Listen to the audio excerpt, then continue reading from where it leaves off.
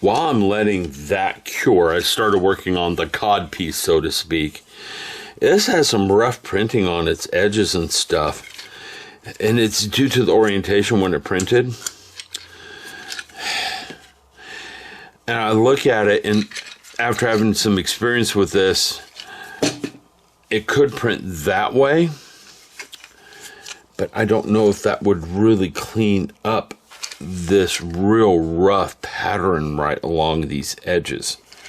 Okay, it printed this way, and the rough pattern is just due to how it has to fill these corners as it's printing upwards.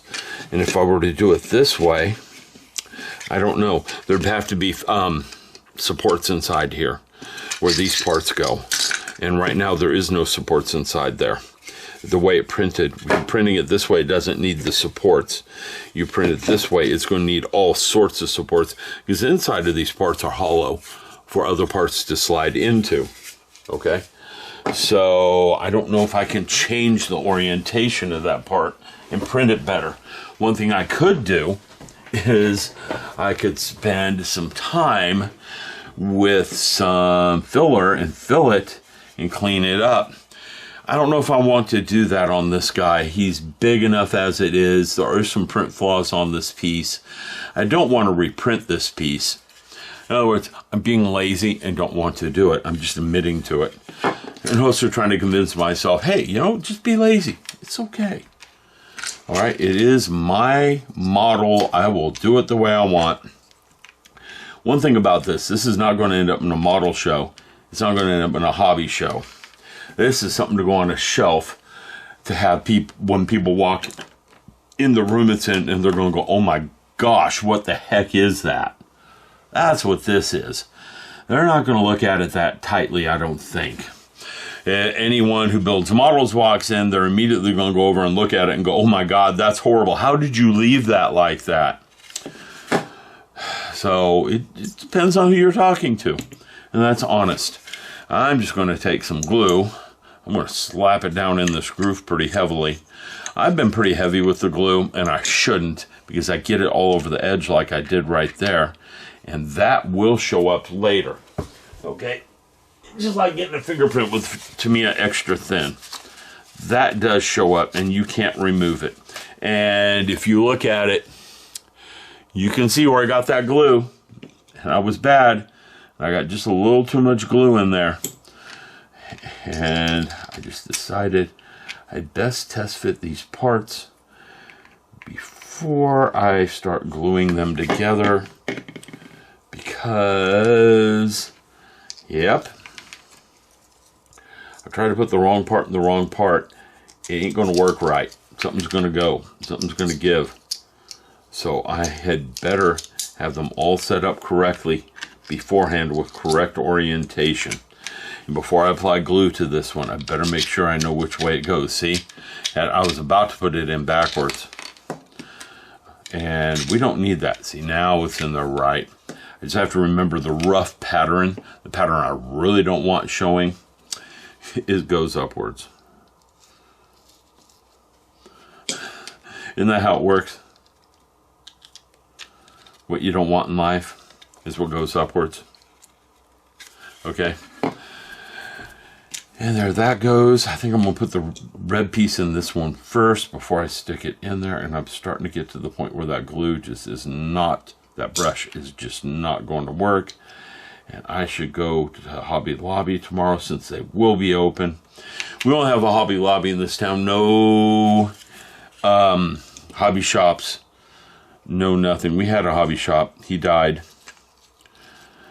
He couldn't get his footing. And this is not a big town. It was pre-COVID. Had he been open during COVID, probably would have survived just fine, because everything shifted. People shifted their focus around. And I know that model building took off quite a bit during non-COVID, at the end of COVID. Because people sat at home and did nothing. Played video games. Oh, I got it on my hands. You don't want to get this glue on your hands. It took some of my skin off yesterday. And my daughters were looking at that going, what the heck did you do to your hand? And I told them, and they're like, no, bad, wash your hands right away. Yeah, I can wash my hands right away, but it doesn't change what is going to happen with the chemical reaction. It has already taken place. I really ought to get a different brush for this. But I'm late. I'm impatient. I want this done tonight. I want to see what this is going to look like. I want these legs on this behemoth, the tail and the legs, the lower half done. I'm not trying to rush and get his chest done or any of that. So that is step 5, putting those parts together. Step 6, I got to find the parts for that. And step 7 and 8 are going to be, oh wow. Step 7 is going to be fun, and I'm going to need a different brush for that for sure. Okay? Because it says there are 13 spikes, and you're applying, here we go, right there. 13 spikes, the step right there. You got to put those little red things in the 13 spikes. I knew it when I was doing it, so putting it together, this is going to be fun. Let me go ahead and get the parts that go on with this so I can figure out how to put the skirt together. And then I'll worry about his tail spikes on that. And then we'll get the upper legs done. In fact, I might jump to the upper legs in a few minutes. The upper legs only have 3 or 4 parts to them. They are not very bad. And I could have the upper legs together pretty quickly. It always has this one joint in the legs that worries me. And he had it in the other one too, but it held up somewhat good. All right, so let me find my parts. I'll be back in a bit, and I'll show you what happens while we do it. And I'll find those 13 red little spiky things. I know what bin they're in, and start putting them in all the spines. Back in a little while. It took me a while to hunt down the 13 parts that got the tail spikes. I mean, the red spikes, because one of them is on the tail from hell. Okay, this thing's got to be at least 2.5 to 3 feet long. And one of them goes right in there. So I'm going to start with that guy. So I can put this tail down and get it out of my lap. And we're going to test fit our red spike. And yep, it fits in there just perfect. And I'm going to work on the rest of these. I found the rest of the parts for the waist. So I have all those parts. I'm going to apply the glue to the part instead of the, yeah. We're going to apply the glue to this. We're going to slide it in there. Instead of putting the glue in the big part, we'll put it on the part that slides in. And then we have our first red spike in the fin. Okay? The rest of the tail spikes don't get that. And I'm not kidding when I say this thing is a good, I run into problems because of the camera mounts around here. It's a good 2.5 to 3 feet long. I'm not kidding with that. This tail is ginormous. Yeah, this is going to be something you're going to see when you walk in a room. You're going to notice it. It's way too big. Now, one of these needs some pretty good cleanup, so I'm going to get that done. And I have to clean up before I put the spike in there, because the spike actually goes where the cleanup is. In there. And that's weird because, nope, they all printed that way. They all printed on that side down.